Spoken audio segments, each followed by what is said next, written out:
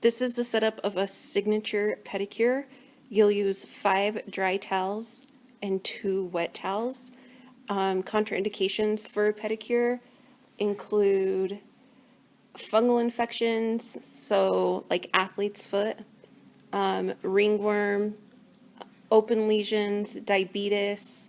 You could do somebody that is diabetic, you might just want to have a doctor's note. Warts, varicose veins, those are all things you should be looking for. And then the general setup, Constance will show you.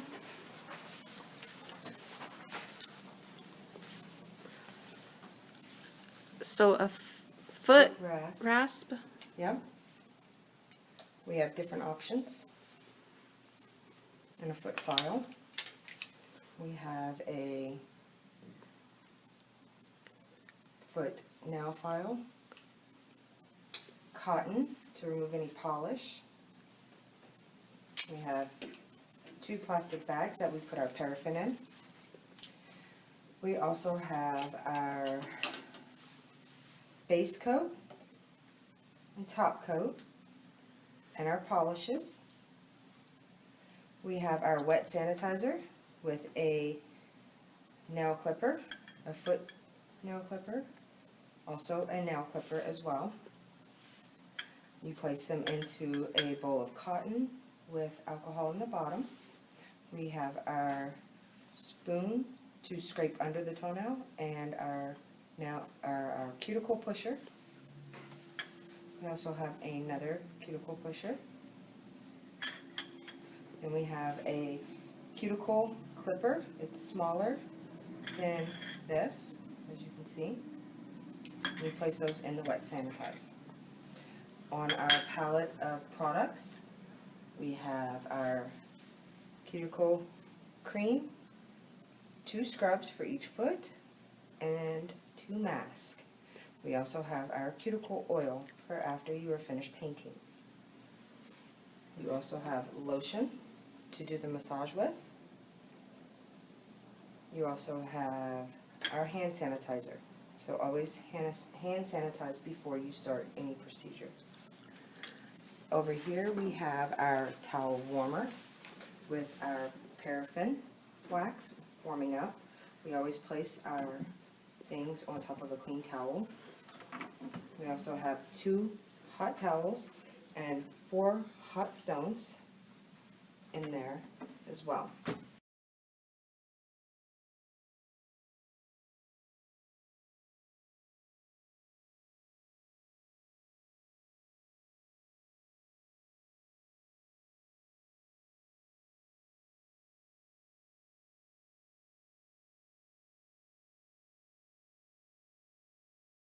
Almost. Okay, so after you've reviewed the client's health history, you're going to help them onto the pedicure throne and then get your warm water and let them soak their feet for 5 to 10 minutes. After that, you will remove their right foot from the water.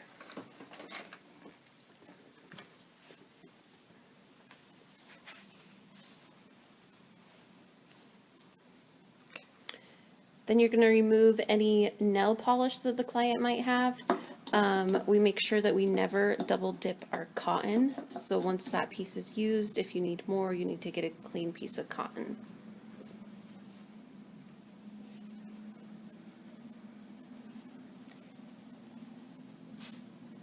Then you're going to clip the nails and then file them.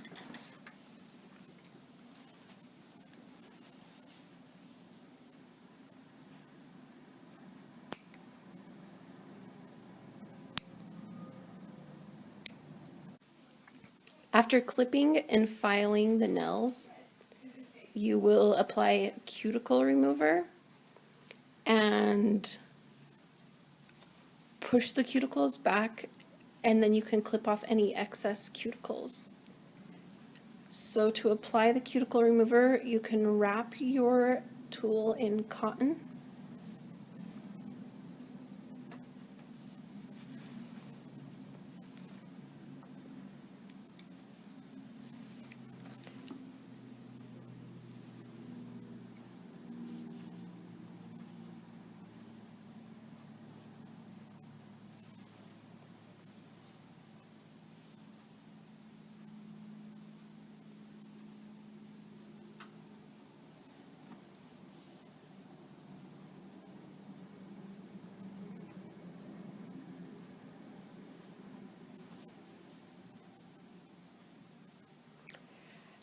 And then after this, you'll put the foot back into the water because it's important to take the cuticle remover off of the skin because it has an enzyme in it, and that's what helps remove the cuticles. And so you don't want that enzyme to sit on your skin very long. And then you will take the left foot out and repeat the same moves. When you're cutting the cuticles, you're just removing anything excess. So you don't need to be nervous because you're not cutting the actual cuticle that's attached to your skin. When you're filing the toenails, it's important to pull the skin on both sides back firmly, and then it makes it a lot easier to file without filing the skin, and you can be a little bit more aggressive with the filing also. After your nail care is done, then you're going to remove the feet and apply the foot scrub. And then you're going to file to remove any dry skin and calluses.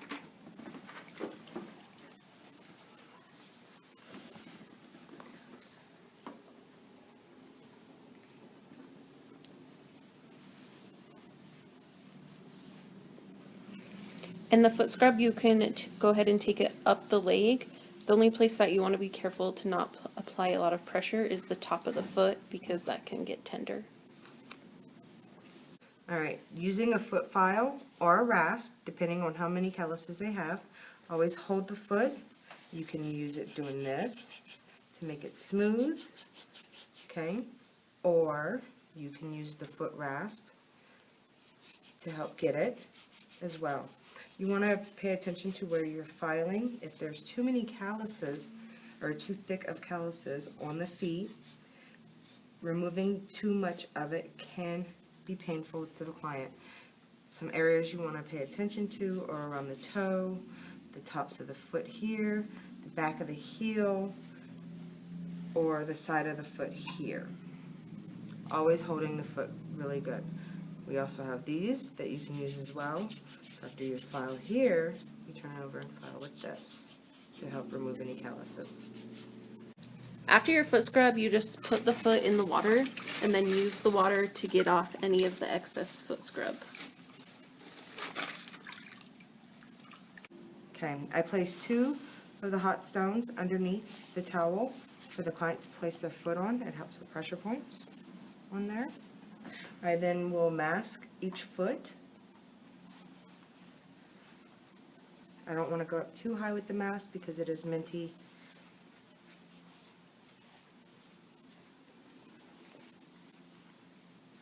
Go. Testing the temperature, make sure your towels aren't too hot. Have your client raise her foot down. I then wrap the foot with the wet towel, and so that the foot doesn't get cold, I then take a dry towel to wrap each foot.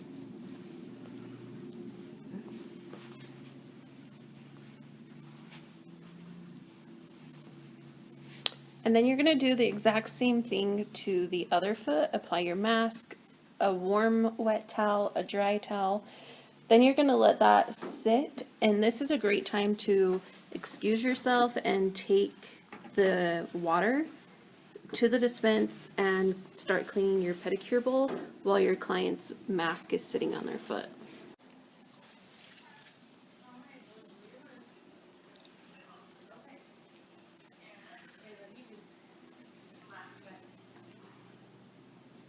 Okay, the special.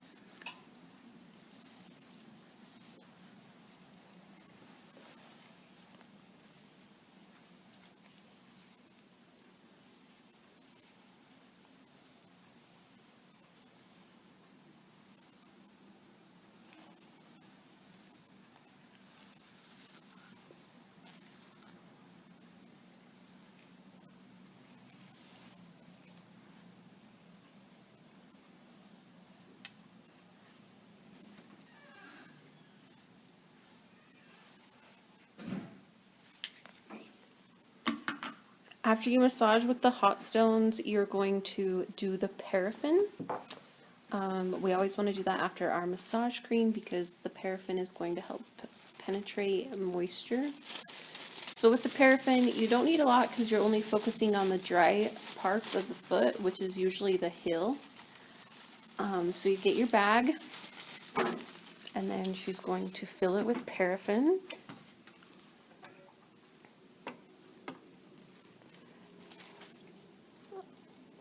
Two scoops. And then 2 scoops.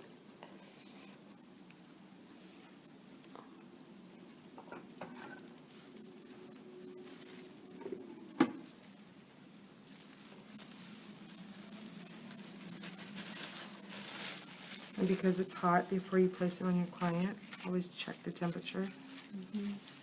I like to rub the bag. Kind of helps cool it down too. And it feels good.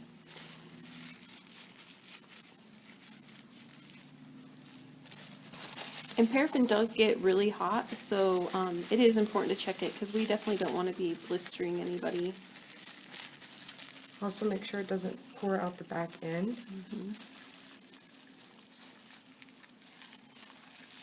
And like I said, you're just focusing on getting it on those really dry spots. So she'll push it around to the heels and the bottom of my foot. That's why you don't need a lot, because you don't need it to cover the entire foot. You're mostly just focusing on the bottom. And then you're going to do the exact same thing to the other foot. So the paraffin only needs to stay on for about 5 minutes. If you are not doing a signature pedicure, you do everything the same minus the paraffin and the hot stone. So those are just steps you would skip. So she's just going to remove it and then try to get off any excess paraffin. You can run your tool under the nails to get any wax that might have accumulated under the nails. Get any of that out. Okay, she's removed the paraffin from both feet, and now it's important to take any leftover oils off of the nail beds before you paint them. So she just got a clean piece of cotton and nail polish remover, and she's just taking off the oils from the nail beds. And then we will do base coat. We also like to have our nail polishes open before, because your hands will be slippery. So she'll go through and do the base coat on all the nails, let that dry, and then she'll do the color, and then let that dry, and then a top coat. Makes sense. Okay, so if you prefer to have the toes separated while painting, if you don't have toe separators, you can always just use cotton and place it in between the toes. Also, if your client doesn't have open-toed shoes, we have these disposable flip-flops that they are welcome to take, at least to get out to their car. And then when we paint the toenails, we like to use what we call a 3-stroke method. It just helps the polish go on smoother. So you're just going to do a stroke down the middle, down the side, and down the other side. And then see how she's pulling the skin away. And then also not painting the cuticle. Remove it with. If you get paint on the cuticles or on the skin, you just wrap a piece of cotton around your tool again and use fingernail polish remover, and you can just clean it up really nice that way. And then after this, she's just going to apply a top coat. I didn't explain what a base coat is for, but I will now. A base coat is going to help protect the nail from staining from your polish color. And then the top coat is going to help it from chipping, and it also adds a little excess shine. And then that's it for your pedicure. Your client's done. You just always make sure that you help them get off the pedi throne. Oh, I did forget also that you can put on cuticle oil after you paint. Also, cuticle oil helps the paint dry faster, so you don't have to wait till they're completely dry. You just need to be careful.